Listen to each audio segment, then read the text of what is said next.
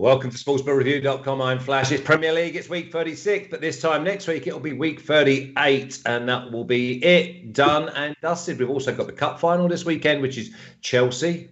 One eye on the Champions League, another eye on getting in the Champions League top four, and obviously trying to win the FA Cup. I've got Martin and I've got Matt going through it with me for the next couple of weeks. But first of all, if you like this video, then please subscribe, press the button and ring the bell. Ring the bell means I'll notify you. You'll never miss any content again, and there's plenty of content to come. It's the USPGA next week, so myself, Craig and Kyle will be going through it just like we did with the Masters. We'll go right down and we'll get deep. And by the way, it's the Preakness tomorrow. Remember what we've told you. Concert tour wins.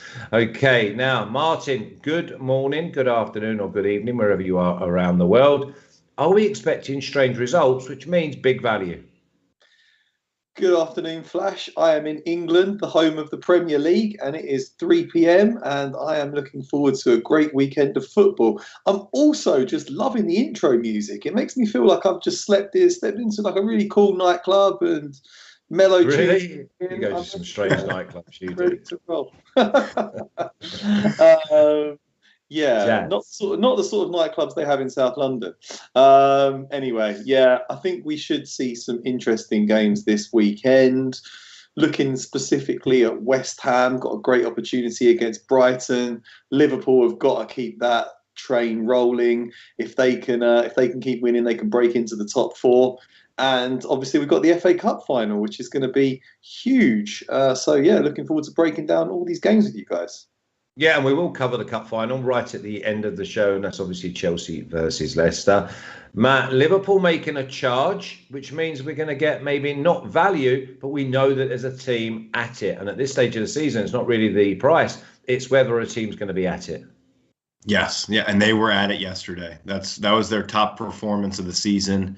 I think that was the first time that Jurgen Klopp had won at Old Trafford. And you know, when you're looking at a makeshift back line, it was a brilliant performance. And it shows, though, in the coming weeks, Liverpool are going to have to outscore their opponents. They're going to have to get a lot of goals in them because their back door it's not shut. So I expect some teams to possibly still score, but it's about Liverpool getting on the score sheet 2, 3, 4 times like yesterday. So brilliant win yesterday, and it's got to keep the momentum going here.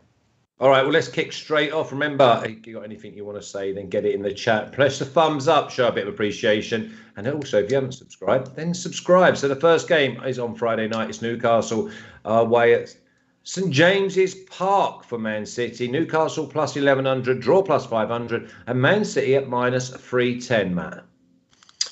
Yeah, so this one, Man City will probably rotate a bit, but I do like what I'm seeing from Newcastle offensively. I do somewhat like both teams to score in this one at a minus 110, just because Newcastle they're safe now. They're playing free-flowing, attacking football.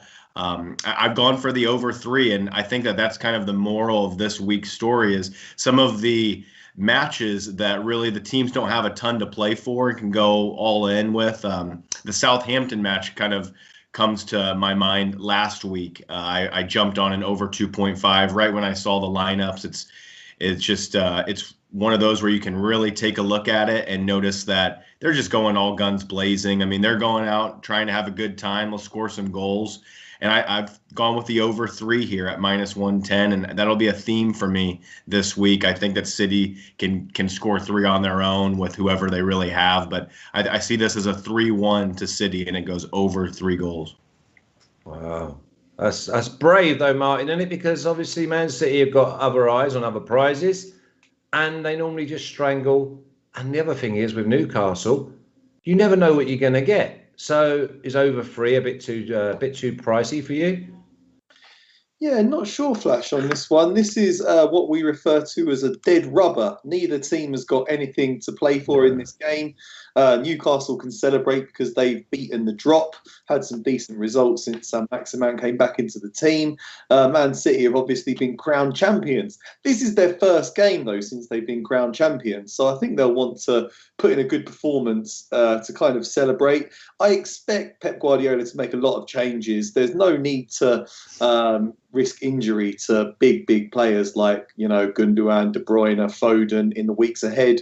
But also, you need to keep them sharp. You can't just keep them on the sidelines from now until the Champions League final. So I think we'll see a smattering of the big players alongside what you would now refer to as squad players.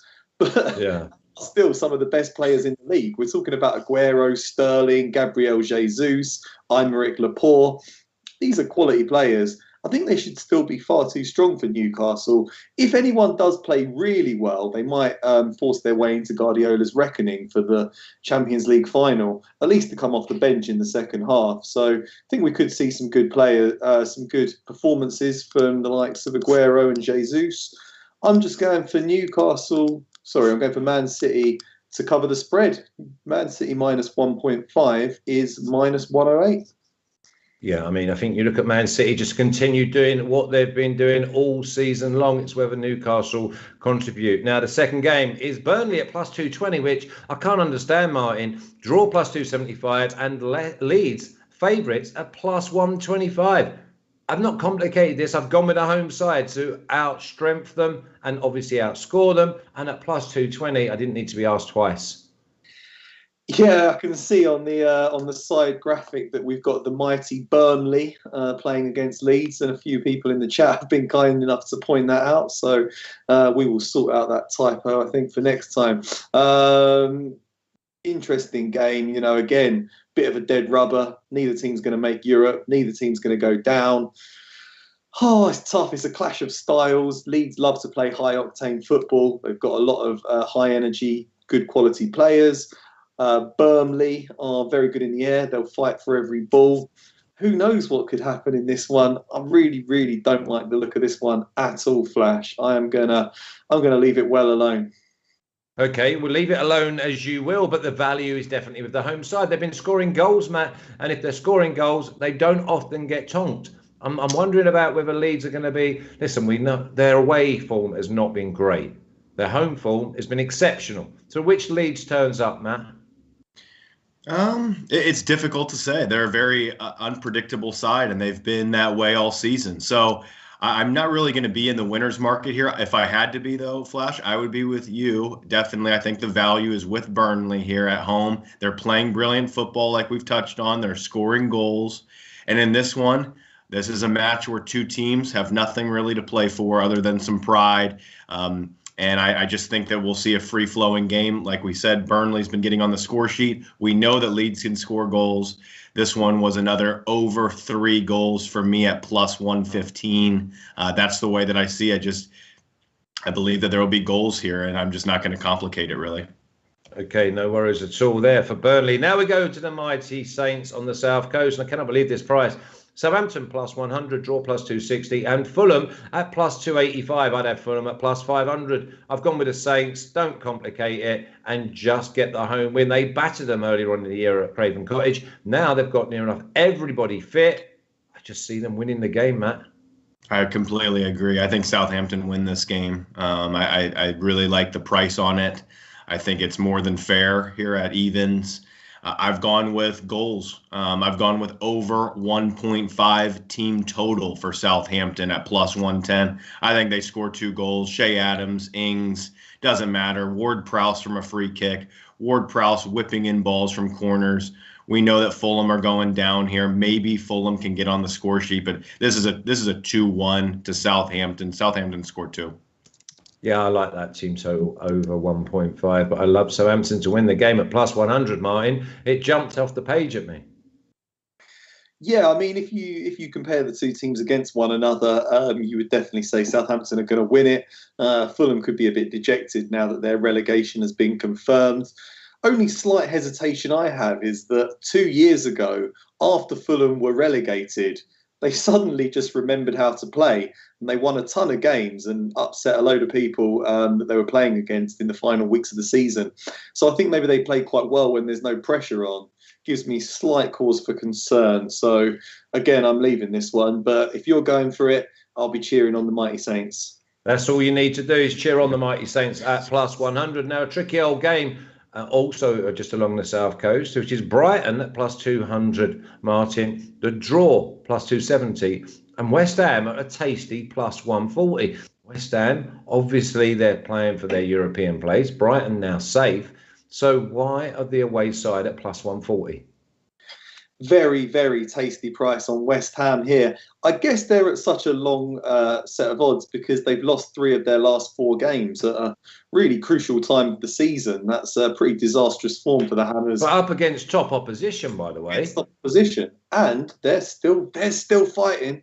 And apparently, Declan Rice is on the brink of a comeback. I think they've really missed him. In 7 games without him, they haven't kept a clean sheet. They really missed the screen that he puts up in front of the defence. Not sure if he's going to be quite back in time for this one, but he might come off the bench.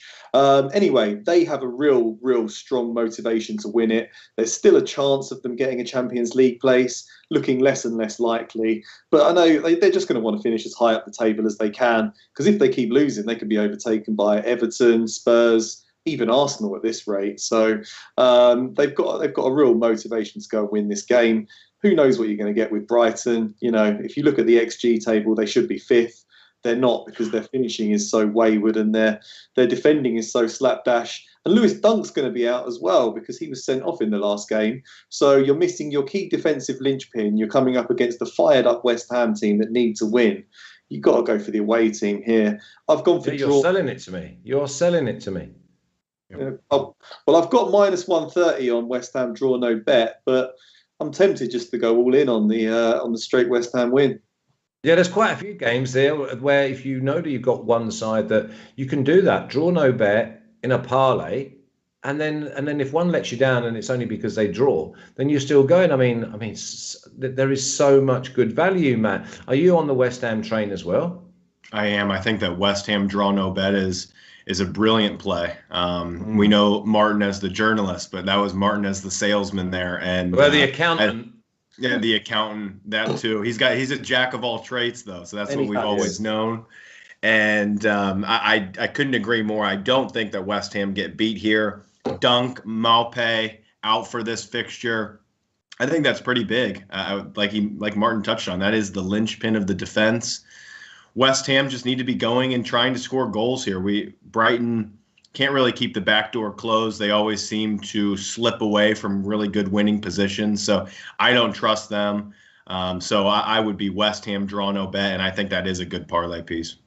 Yeah, West Ham need to be strong from the get-go, and at plus 140 or minus 130, draw no bet, it looks like you've got to be with the away side in some form or another. Moving on, Spurs minus 185, draw plus 350, and Wolves a massive 575. Now, Wolves have been probably the most disappointing team this season because of what they did last year. Spurs now, with an inexperienced manager, a team that can score 3 or 4, but can also let you down when you've got your money on. Matt, I've trusted them and I've put them in a free team parlay. Am I wrong to trust Spurs at home against a Wolves side who don't get it done?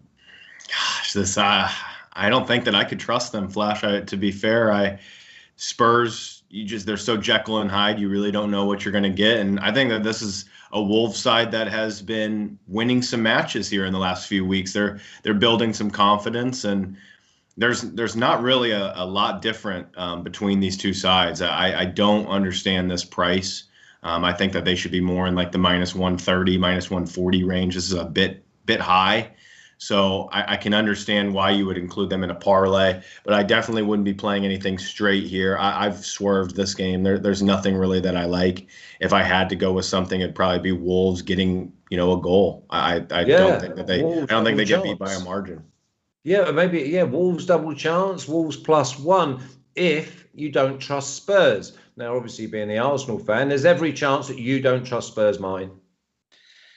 I don't really trust Ryan Mason, to be honest. They've got a 28-year-old manager. There's nothing wrong with young managers coming through. Like Nagelsmann's done fantastic in Germany, but he's got absolutely no experience. And I'm not really sure why they've handed him the reins until the end of the season, because results have been very poor since he took the temporary job.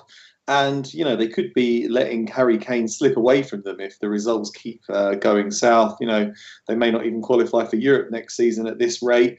I also just think Wolves are overdue a performance sooner or later. They haven't really been showing up much in recent games.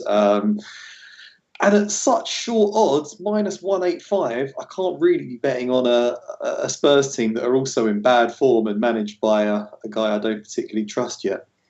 Just leave it alone for you then. What about the next game? Because we've got West Brom at plus 1,300. Now, this is normally the time of season where we see big prices come up trumps. Draw plus 600 and Liverpool minus 450. Liverpool, are we going to see like like obviously last year's champions come to the fore again? And as Matt says, they need to score goals. They do need to score goals. I think we should really see a pretty high-scoring Liverpool win in this one. I was looking at Liverpool and over 2.5 goals, and I just couldn't get the value. You have to go Liverpool and over 3.5 goals if you want sort of close to even money. I would be tempted to go for that. I think we can see over 3.5 goals in this game. It just looks a little bit tricky. But West Brom were decent against Arsenal. They had a go. And with Pereira, they have the opportunity to unlock this Liverpool defence. I think there's a chance they could get on the score sheet. But I would fancy Liverpool to score 3 goals in this one, I think. They should be too slick for West Brom. They really need the win here. Their destiny is in their own hands because Chelsea play Leicester in the cup final. Then they play one another on Tuesday. One of them's going to drop points. So if Liverpool do win their remaining 3 games of the season, they qualify for the Champions League. They're going to be really fired up. West Ham have already been relegated. They could be a bit dejected. I think Liverpool are going to win it quite comfortably. It's just trying to find the value. In the end, I went for half-time, full-time at minus 132. But yeah, I would consider, going for over 3.5 goals as well. Matt, what about team total Liverpool? Over 2.5 goals. Everyone is expecting them to score 3, are they?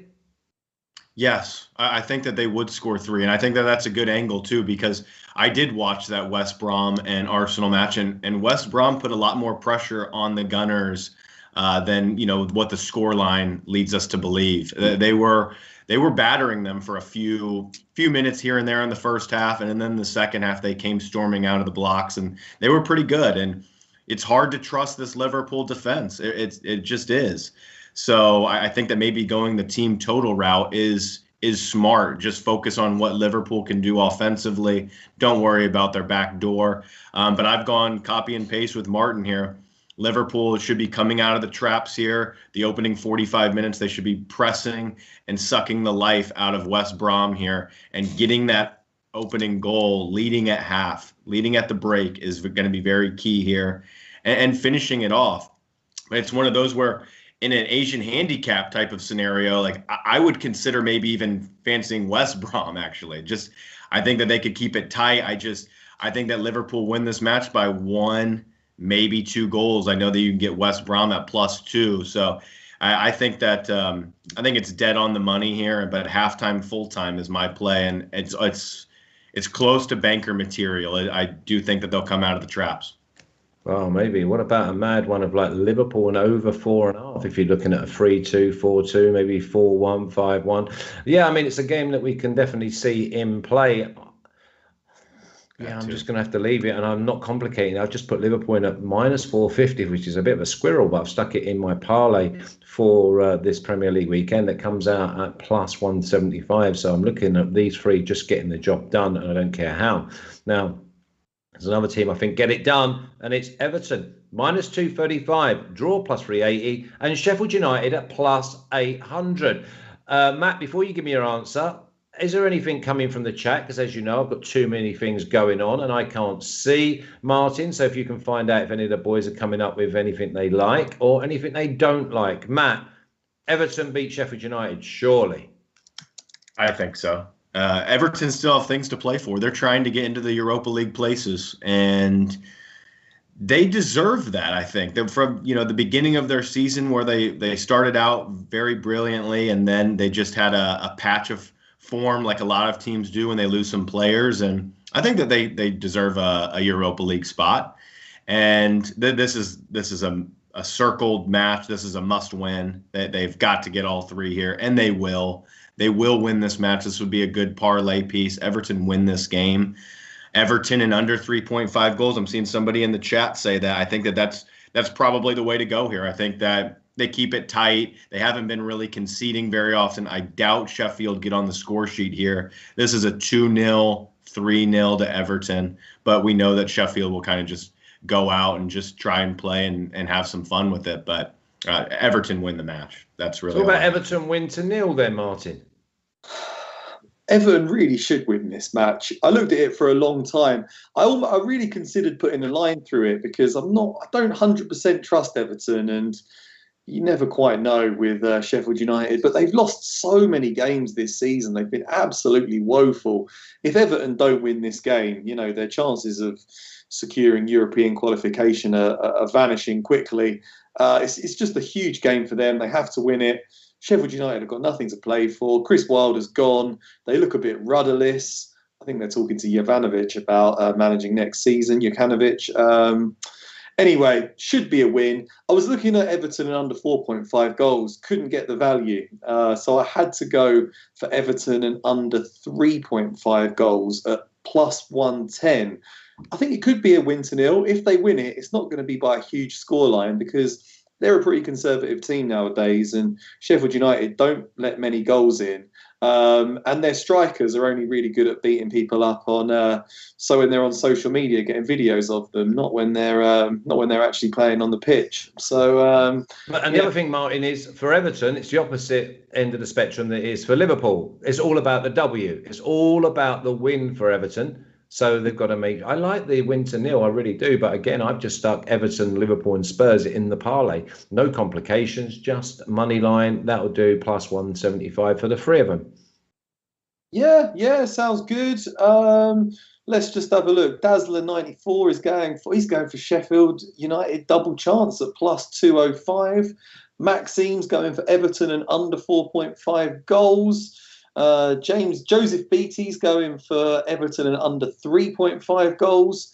Mitch is going for Pereira, anytime scorer at plus 5. Oh, he loves that one. Because listen, he does do well, though, with all them little props and everything. Anyway, that's the Premier League sorted. But let's go to the Cup final. It's Chelsea at minus 105, although I do see that there's plus 100 around in very few places. Draw plus 270. And Leicester at plus 350. Biggest day of the season for us in England. Has it always been the FA Cup final? Martin, is there going to be fans? Yes, there will be fans. I think there's going to be 20,000 fans, which is going to, create a pretty good atmosphere. Well, it's going to seem like there's 100,000 because we've not seen anyone.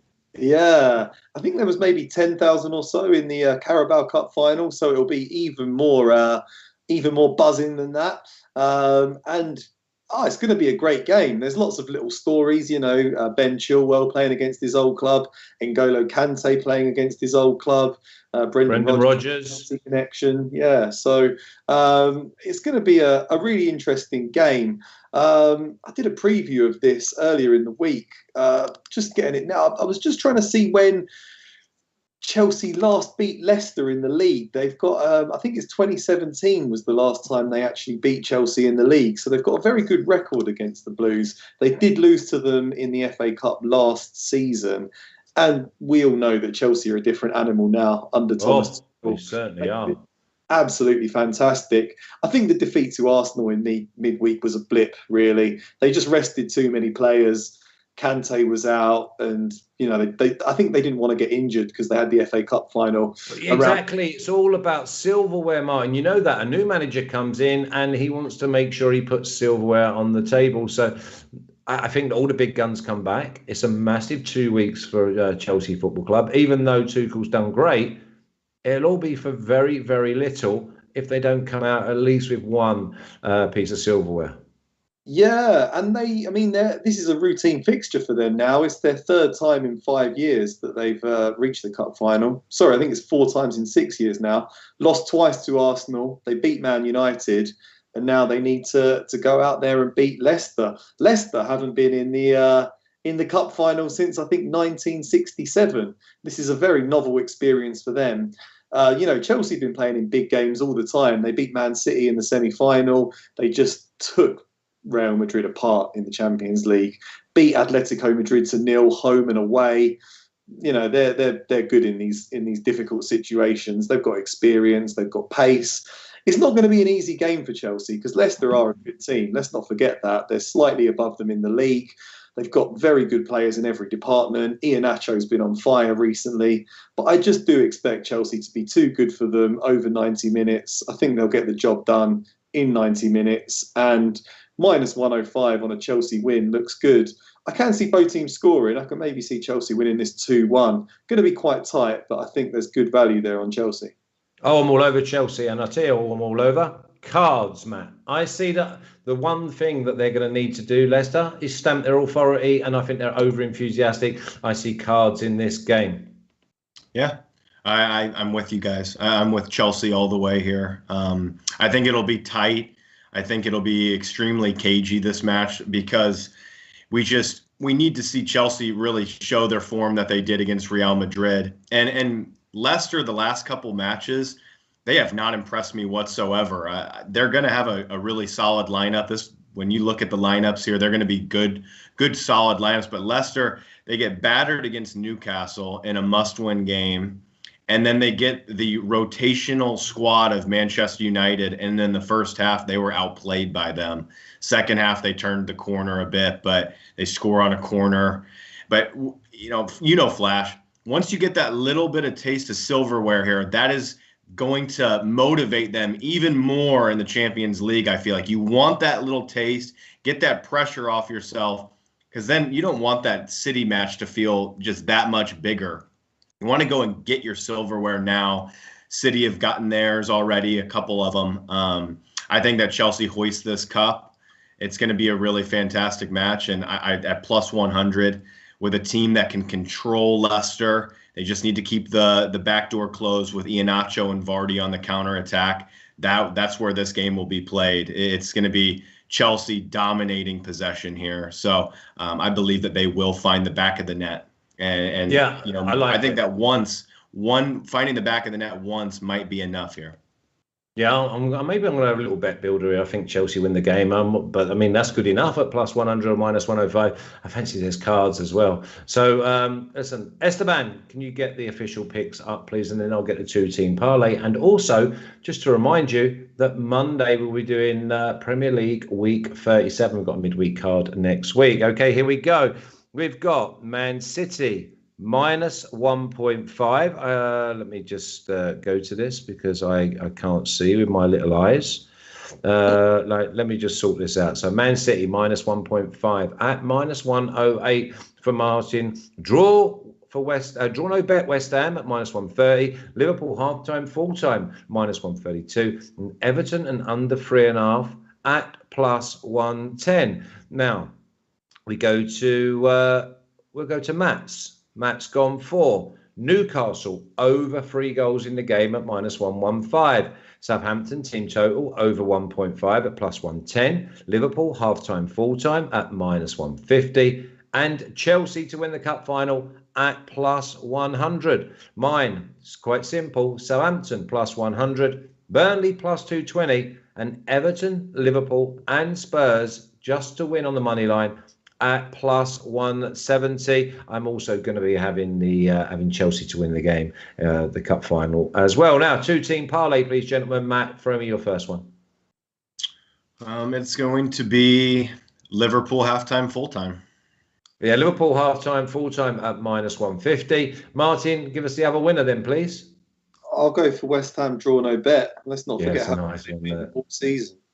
It is. So it is West Ham, a draw no bet. And Liverpool half-time, full-time is your 2-team parlay. Now, if you like this video, then please subscribe, press the button and ring the bell. Ring the bell means I'll notify you. And you'll never miss any content again, which means on Monday, we will have Premier League show and we'll have the USPGA.